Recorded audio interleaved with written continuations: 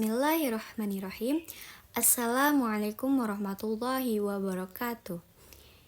Innal hamdalillah nahmaduhu wa nasta'inuhu wa nastaghfiruh wa na'udzu billahi min syururi anfusina wa min sayyiati a'malina may yahdihillahu fala mudhillalah wa may yudlilhu fala hadiyalah.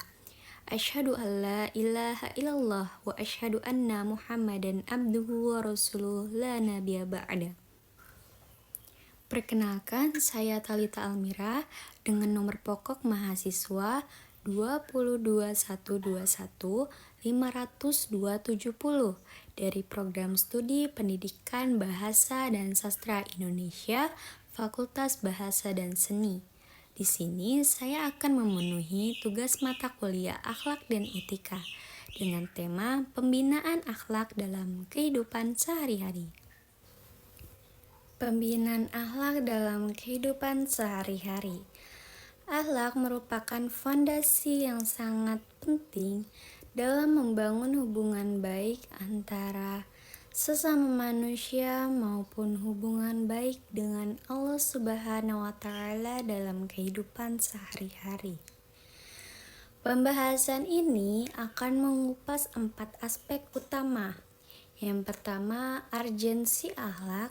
Yang kedua, pembagian akhlak. Yang ketiga, faktor-faktor pembentuk akhlak. Dan yang terakhir, metode pembinaan akhlak. Urgensi akhlak dalam kehidupan. Kata akhlak berasal dari bahasa Arab huluk yang memiliki arti perangai atau tabiat.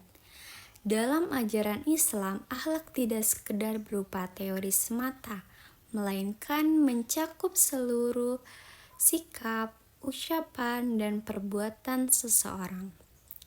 Nabi Muhammad SAW diutus ke dunia ini dengan tujuan utama untuk menyempurnakan akhlak manusia, sebagaimana firman Allah Subhanahu wa Ta'ala dalam Quran Surat Al-Qalam ayat 4. A'udzu billahi minasyaitonir rajim. Bismillahirrahmanirrahim. Wa innaka 'ala khuluqin 'azim. Dan sesungguhnya engkau Muhammad benar-benar budi pekerti yang agung. Rasulullah SAW juga bersabda dalam hadis riwayat Ahmad, sesungguhnya aku diutus untuk menyempurnakan akhlak yang mulia. Ini menunjukkan bahwa inti dari ajaran Islam adalah membentuk manusia yang berakhlak mulia. Bahkan, kedudukan akhlak bisa lebih tinggi daripada ibadah ritual jika dilakukan dengan ketulusan dan keikhlasan. Akhlak menjadi dasar utama dalam berbagai aspek kehidupan, dalam hubungannya dengan Allah Subhanahu wa Ta'ala.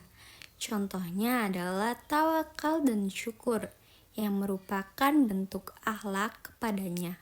Sementara itu, dalam hubungan dengan sesama manusia, akhlak tercermin dalam sifat jujur, adil, sabar, dan memaafkan. Akhlak juga berperan penting sebagai membangun karakter sosial, di mana seseorang yang berakhlak mulia akan dipercaya, dihormati, dan dicintai oleh masyarakat. Oleh karena itu, masyarakat yang memiliki akhlak mulia akan menjadi masyarakat yang damai dan harmonis. Pembagian akhlak. Akhlak secara umum dapat dibagi menjadi 2 kategori utama. Pertama adalah akhlak mahmudah atau terpuji, yaitu akhlak-akhlak baik yang dianjurkan dalam Al-Quran dan dicontohkan oleh Rasulullah SAW seperti jujur, sabar, amanah, rendah hati, dan tawakal. Kedua adalah akhlak mazmumah atau tercela yang merupakan akhlak-akhlak buruk yang dapat merusak hubungan sosial dan keimanan seseorang. Contohnya sombong, iri hati, dengki, pemarah, dan egois. Pentingnya akhlak terpuji ditekankan dalam Quran Surat At-Taubah ayat 119 yang berbunyi, A'udzu billahi minasyaitonir rajim. Bismillahirrahmanirrahim. Ya ayyuhalladzina amanu taqullaha wa kunu ma'as shadiqin.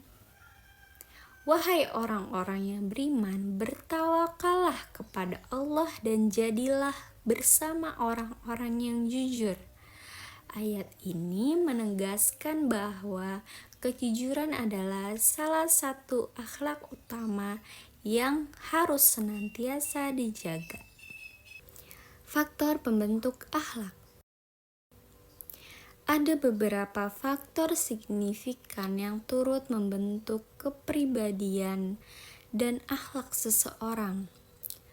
Keluarga memegang peran krusial karena orang tua adalah guru pertama bagi anak-anak yang cenderung meniru perilaku orang tua sejak dini.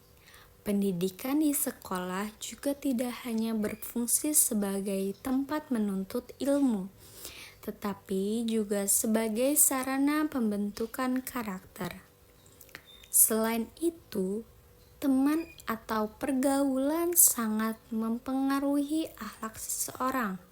Rasulullah SAW bersabda dalam hadis riwayat Abu Daud, seseorang itu tergantung pada agama temannya, maka lihatlah siapa yang menjadi temanmu.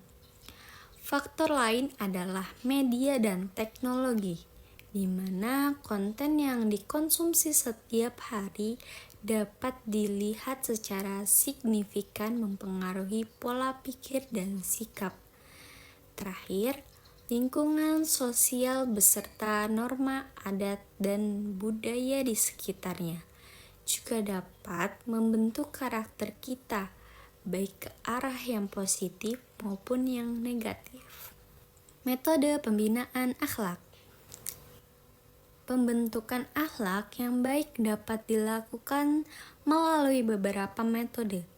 Pertama, uswah hasanah atau teladan.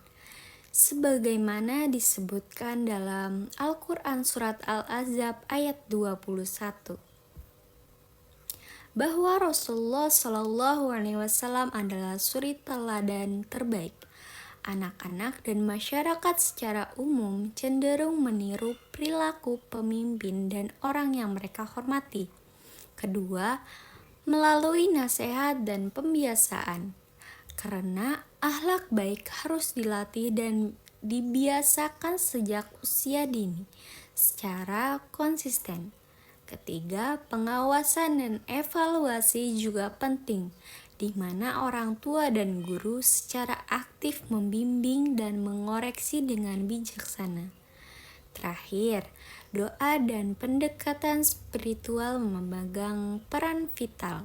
Rasulullah SAW sendiri berdoa, Ya Allah, tunjukilah aku kepada akhlak yang baik. Tidak ada yang dapat menunjukinya kecuali Engkau.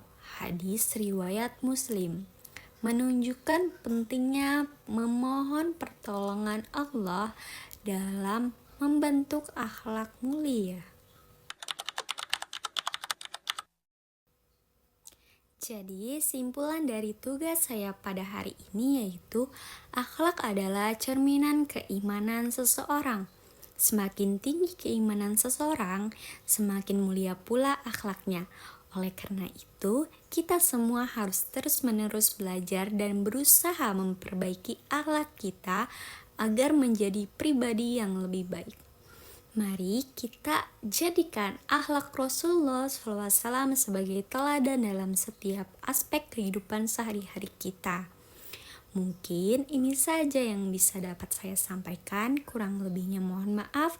Akhirul kalam, wassalamualaikum warahmatullahi wabarakatuh. Audio Jungle.